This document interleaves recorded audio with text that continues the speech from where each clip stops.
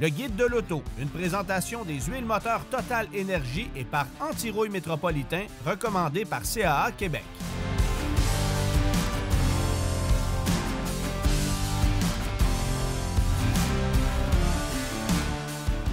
Aujourd'hui, on est dans le créneau des camionnettes grand format avec ce Ford F-250 Super Duty Lariat à moteur diesel. Antoine, c'est le véhicule le plus vendu de son créneau et pour cause, il sert en fait deux clientèles, une clientèle commerciale, mais aussi de plus en plus de gens l'adoptent pour leur loisir. Oui, parce qu'évidemment, il y a des gens qui vont s'acheter des roulottes à sellette, par exemple, qui sont très lourdes. Les camions de la série 1500 ne peuvent plus faire le travail ou parce qu'on veut avoir quelque chose de juste plus costaud. Mais effectivement, c'est le numéro 1 des ventes. Dans les mines, en foresterie, en construction, les villes l'adoptent énormément parce que Ford a su multiplier les offres de ces camions Super Duty. Plus de mécanique, plus de configuration, plus d'options, plus d'accessoires qui vont permettre d'accessoiriser justement et d'adapter les camions pour les besoins de chacune des clientèles. Alors effectivement, ça demeure le leader du segment devant GM, devant Ram. Exact. En cours d'année 2023, on a assisté à une refonte partielle de ce modèle, donc un nouveau style pour la partie avant, aussi des changements du côté de l'intérieur, mais surtout une nouvelle gamme de moteurs. Oui, effectivement. Quelques retouches esthétiques, des phares qui sont pratiquement aussi gros qu'un capot de Smart. Évidemment, c'est un camion qui est très imposant. On a modernisé l'habitacle, effectivement, mais on a un choix de 4 motorisations désormais, dont un nouveau V8 de base, 6,8 litres, 405 chevaux, qui vient remplacer l'ancien 6,2 litres, mais uniquement offert sur le modèle XL d'entrée de gamme. Alors, ce n'est pas un moteur qui sera de très grande diffusion, après quoi le 7,3 litres V8 à essence et désormais 2 options de moteur diesel, donc à 475 chevaux et 1050 livres-pieds de couple, c'est ce qu'on a ici. Sinon, le moteur haut rendement, on va identifier ces camions-là par l'écusson rouge sur les portières. Alors là, c'est 500 chevaux, 1200 livres-pieds de couple, comme si 1050, c'était pas assez. Mais évidemment, Ford veut toujours en offrir plus. On va être les plus gros, les plus costauds. Alors de cette façon-là, on réussit à avoir plus d'offres que GM, que Ram. Et ce à quoi on assiste, c'est une prolongation un peu du fameux jeu des voisins gonflables entre les différentes marques américaines qui sont dans ce créneau, évidemment. Oui, et Ford joue à ça très, très bien. On annonce, tiens-toi bien, pour les modèles 2023-2024, 8000 livres de capacité de charge dans la benne jusqu'à, évidemment, et jusqu'à 40 000 livres de capacité de remorquage, évidemment, avec une remorque à sellette. Ça, c'est évidemment pour une version cabine régulière, 2 roues motrices, à essieu double à l'arrière, le genre de modèle qui ne se vend pas beaucoup, mais à tout le moins, on est capable de le faire et on aime ça s'en vanter.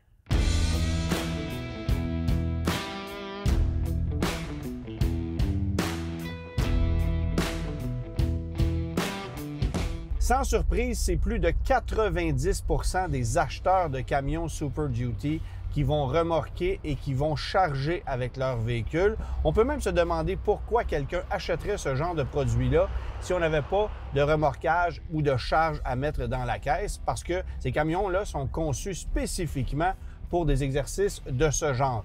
Alors évidemment, Ford, qui veut demeurer chef de file en la matière, propose une panoplie de motorisation, tout ce qu'il faut en matière de remorquage. On a aussi de nombreuses applications à même l'écran qu'on verra avec Mathieu un peu plus tard, qui vont faciliter l'arrimage, le remorquage, les manœuvres avec une remorque à l'arrière. Bref, c'est vraiment, vraiment bien fait. On a beaucoup de technologie là-dessus. Mais ce qui impressionne le plus, c'est l'aisance de ce camion-là en situation de remorquage. J'ai pu aller du côté de chez Ford au Proving Ground pour faire l'essai de différents modèles de la série Super Duty, des F-250, 350, 450, avec des moteurs à essence et diesel pour découvrir une panoplie de modèles avec des capacités incroyables. On annonce jusqu'à 40 000 livres de capacité de remorquage avec une remorque à sellette, jusqu'à 8 000 livres de charge dans la caisse. Évidemment, pour des modèles 450 avec essieu double à l'arrière, cabine simple, configuration qui n'est pas super populaire, mais ça vous donne une idée des capacités de la série Super Duty. Dans le cas qui nous concerne, 22 500 livres de capacité de remorquage à la tonne, comme on a présentement. J'ai à l'arrière une remorque d'un peu plus de 14 000 livres et j'ai une charge de 2200 livres dans la caisse, alors que la capacité de charge maximale pour le véhicule qui est ici est à un peu plus de 2600 livres.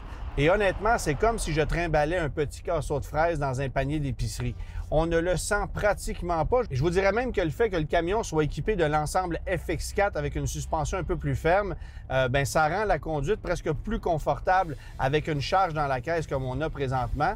Il faut aussi souligner que le moteur diesel ne force absolument pas. C'est 1050 livres-pieds de couple. Ça serait 1200 dans le cas du moteur haut rendement. Alors ça, c'est vraiment fantastique. Mais la plus belle nouvelle, c'est qu'évidemment, l'augmentation de consommation de carburant est minime par rapport à celle des V8 à essence qui, eux, vont consommer à outrance dès qu'on va ajouter des charges à l'arrière. Ça, c'est évident. Comment un lubrifiant peut-il bonifier l'économie d'essence d'un véhicule? En fait, c'est indéniable aujourd'hui avec la volatilité du cours du pétrole que le prix à la pompe a un impact non négligeable sur les coûts d'opération d'un véhicule. Les manufacturiers sont sensibles à cet enjeu. C'est pourquoi que peu importe la motorisation, que l'on parle d'un gros VUS, d'un pick-up ou d'une compacte, ils ont tendance à livrer leur groupe motopropulseur avec des lubrifiants moteurs de basse viscosité pour atteindre leur seuil de rendement énergétique. Comme pour la grosse cylindrée qui équipe ce F250 Super Duty.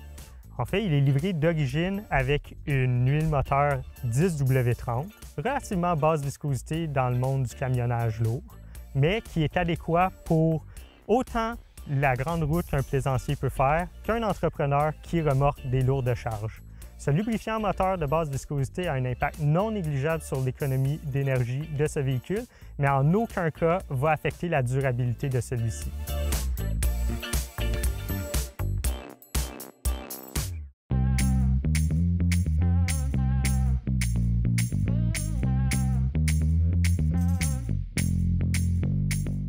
J'ai aimé ça, Mathieu, aujourd'hui, parce que je t'ai vu arriver avec ta petite Chevrolet Bolt. Puis là, je me suis dit, tiens, ça entre dans la caisse du camion dont on parle aujourd'hui, le F Super Duty, qui est fardé de nouvelles technologies. Il y en a énormément. Toi, il y en a qui t'ont impressionné d'abord. Bien, première des choses, c'est que les camionnettes comme ça, c'est vraiment un angle mort. On n'a pas l'impression qu'il y a autant de technologie dans ces véhicules-là. Mais je veux dire, c'est une catégorie de véhicules qui est probablement la catégorie la plus vendue au monde. Donc, nécessairement, les constructeurs veulent charmer le public. Et une façon de le charmer, c'est oui, avec des véhicules qui sont solides, pratiques et puissants, mais aussi en ajoutant toutes sortes de technologies. J'ai bien aimé la zone éclairage. Il y a un bouton qui était là pour ça. C'est qu'on peut éclairer différents types de lumière autour du véhicule pour justement se faire de la lumière. Donc, ça peut être seulement la gauche, la droite, 360. Et surtout, l'option, la fonctionnalité remorquage. Et là, honnêtement, ça devient difficile de rater son remorquage aujourd'hui, que ce soit pour attacher une remorque ou encore pour manœuvrer avec une remorque. Si vous avez raté les dernières années en matière d'avancée technologique pour ce qui est du remorquage, vous allez en avoir pour votre argent. C'est assez impressionnant. Écoute, Antoine, on est même capable de t'aider à bien répartir le poids de ce que tu as à transporter pour améliorer les performances du véhicule. Oui, c'est une technologie qu'on appelle le Onboard Scale with Smart Hitch. Essentiellement, ce que ça va faire, c'est que ça va te permettre de répartir la charge dans la caisse du véhicule et sur la remorque. Et à l'écran, comme sur les feux arrière, tu vas être capable de voir si le tout est bien équilibré pour avoir évidemment une conduite qui est plus sécuritaire. Alors ça, tu peux le faire via ton écran, mais en étant à l'extérieur, tu peux le voir aussi avec l'équilibre des feux arrière. On a placé des feux à DEL à l'intérieur des lentilles arrière. Fait que, bref, il y a beaucoup de technologie là-dessus. Autre chose aussi, c'est qu'on va t'aider à accrocher une remorque, peu importe ce que tu as à tirer. Puis on va aussi t'aider à reculer avec celle-ci, avec toutes sortes de systèmes d'assistance, mais aussi avec une tonne de caméras qui sont là pour vous guider. Oui, on a le Pro Trailer Hitch Assist et le Pro Trailer Backup Assist. Donc, essentiellement, tu fais rien, tu ne touches même pas à l'accélérateur, tu gères la roulette qui est placée ici à la droite du volant et le véhicule va s'arrimer de lui-même où tu vas pouvoir reculer littéralement avec ta remorque. Tu vas pouvoir aussi voir tout autour de ton véhicule et de ta remorque si bien sûr la remorque est équipée de caméras en conséquence. Mais ça, c'est super important parce que même si ta remorque n'a pas de caméra, on a suffisamment de caméras autour du véhicule avec des ultra grands angles. On va recomposer comme ça l'image qui parfois va avoir l'air déformée pour te donner une super bonne vue sur les côtés, en avant, même sur ce qu'il y a dans la boîte. Tu vas avoir une vue à vol d'oiseau aussi. Exact. La beauté de la chose, c'est que tu peux préenregistrer ta remorque, les données techniques de ta remorque à l'intérieur du véhicule, de sorte que le camion va pouvoir évaluer la grosseur, la taille, même le poids de la remorque et ainsi recréer une image qui va te donner une idée de ce que tu as derrière toi pour reculer efficacement. J'aime ça, moi, de voir les contrastes, de constater que dans un véhicule avec un levier de vitesse à la colonne, comme il y avait dans les années 40, ben on a un véhicule fardé de technologie. Honnêtement, ça donne un sérieux coup de main à bien des utilisateurs, même s'il y a beaucoup de propriétaires de Super Duty qui oseront jamais dire qu'ils l'utilisent vraiment. Le rétro nouveau, hein? Ouais, c'est ça. Comme toi puis moi?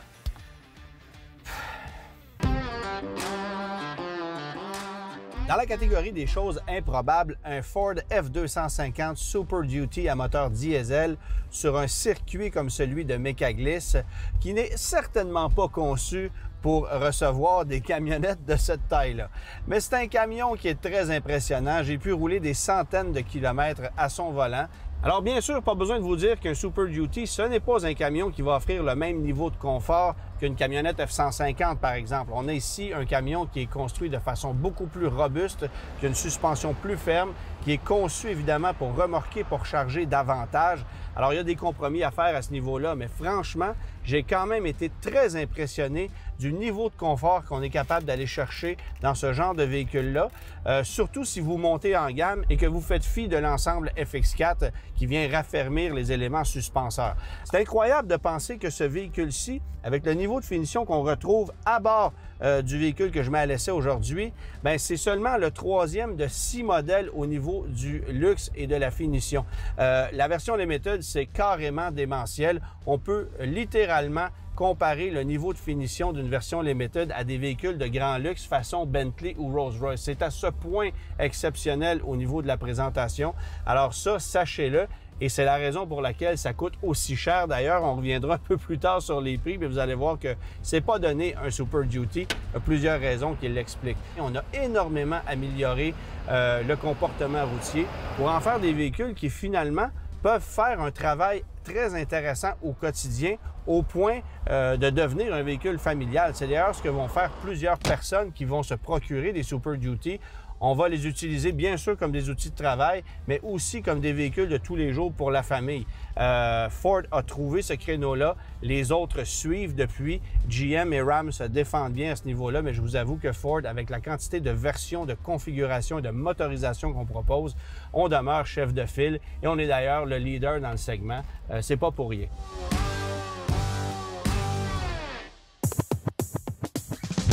On a une question cette semaine de la part de James que je trouve très pertinente. Il se demande pourquoi Ford ne propose pas dans le F150 le moteur V8 de 6,8 litres de base du F Super Duty, histoire de concurrencer le V8 de 6,2 litres qu'on va retrouver par exemple du côté de chez Chevrolet et GMC. Puissance et couple comparables et c'est effectivement une option qui pourrait être intéressante du côté de chez Ford, mais il faut savoir que Ford a choisi avec son F150 de maximiser l'offre des moteurs EcoBoost en augmentant la puissance et le couple de ces moteurs-là plutôt que d'aller vers des gros moteurs V8 qu'on va désormais réserver qu'aux camions Super Duty et Medium Duty. Alors, c'est un choix stratégique de la part de Ford. Évidemment, Ford souhaite aussi maximiser l'offre de ses modèles électriques, réduire la taille de ses cylindrées pour faciliter la commercialisation parce que, bien sûr, les grosses cylindrées, bien que ce soit encore très populaire sur le marché américain, c'est de moins en moins à la mode. Comment conserver son véhicule plus longtemps? Respectez le calendrier d'entretien et faites réparer les bris rapidement. Lavez et cirez régulièrement votre véhicule, faites faire un traitement anti-rouille chaque année et adoptez l'éco-conduite, accélération graduelle et freinage en douceur.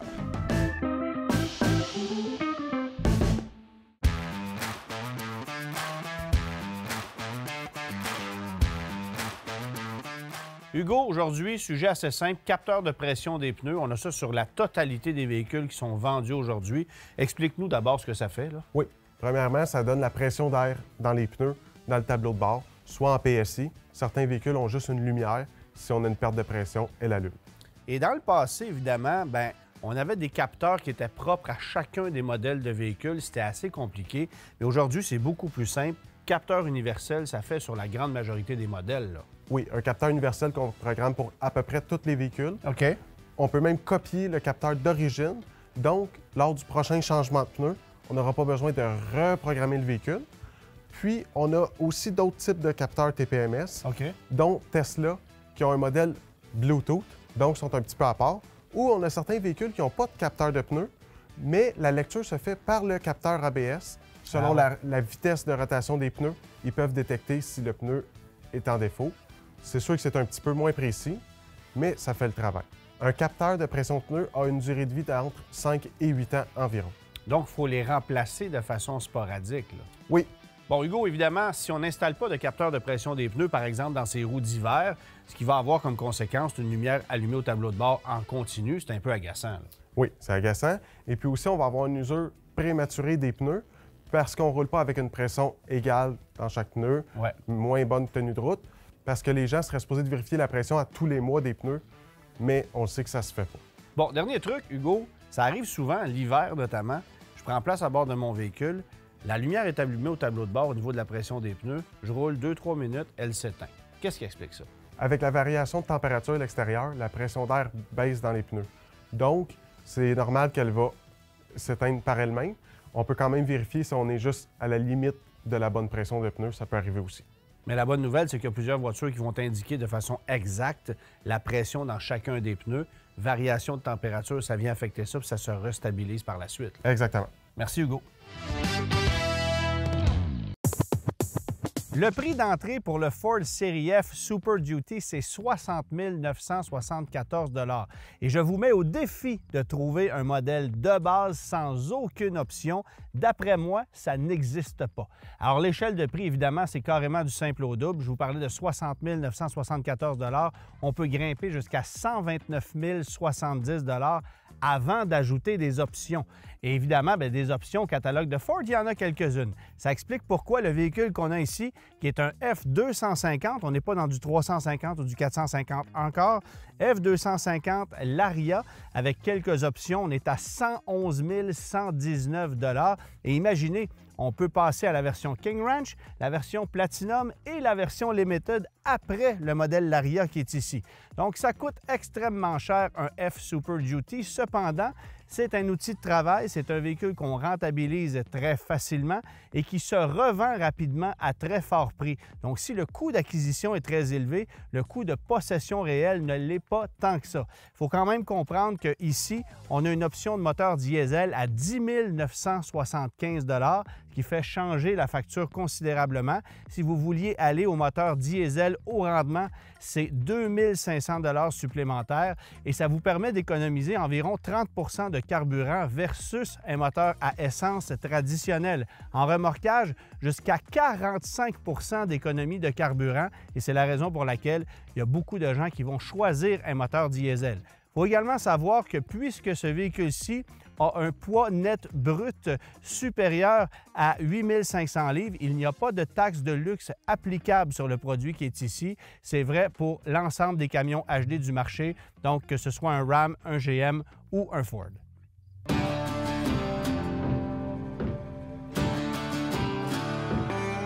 Gabriel, la conclusion suite à l'essai du Super Duty, c'est pas compliqué. Chez Ford, il y a des produits qu'on ne maîtrise pas très bien encore. On a eu beaucoup de problèmes avec le Mach-E électrique, par exemple. On a eu des problèmes avec la dernière génération de l'Explorer. On exploite des nouvelles technologies, on essaie d'innover, c'est pas toujours facile. Mais quand on parle d'un camion F-150 ou un Super Duty comme ça, disons qu'on maîtrise la chose assez bien. On domine le marché, en fait. Oui, on peut en fait peut-être un peu s'indigner par le fait qu'un camion comme celui-ci coûte quand même 111 000 $ et c'est pas le plus haut de gamme parce qu'évidemment, au-dessus de ça, on a la version King Ranch, Platinum et Limited dont le prix est encore plus élevé. Ouais. Mais lorsqu'on regarde finalement la dotation d'équipement, la technologie, surtout les capacités et surtout le fait que c'est un outil de travail finalement parce que la dépréciation aussi va être minime sur ce véhicule-là. Les gens ne sont pas outrés du prix d'une Mercedes C43, mais le sont pour un camion comme celui-là. Je m'excuse, mais si tu regardes ce que tu as ici pour le montant versus la Mercedes C43, c'est la Mercedes qui coûte extrêmement cher. considérant, comme tu l'as dit aussi, la faible dépréciation. Bon, ça coûte cher en assurance parce que ce sont des camions très volés, d'où la raison pour laquelle on a installé un tag sur le véhicule par mesure de prudence. Et d'ailleurs, je veux remercier le concessionnaire qui nous l'a prêté parce que, exceptionnellement, ce n'est pas un camion qui provient de chez Ford Canada. C'est Olivier Ford de Saint-Hubert qui nous a prêté le camion. On va devoir le lui remettre très prochainement. Là. Donc, après cet essai, on comprend un peu mieux pourquoi Ford est le leader dans ce créneau des camions HD, loin devant General Motors et Ram. Mais ce que je m'explique mal, c'est pourquoi il n'y a pas un couvre-caisse ici dans ce camion. Gabriel, parce que c'est une option. Cette émission vous a été présentée par votre quincailler Patrick Morin et par les huiles moteurs Total Énergie.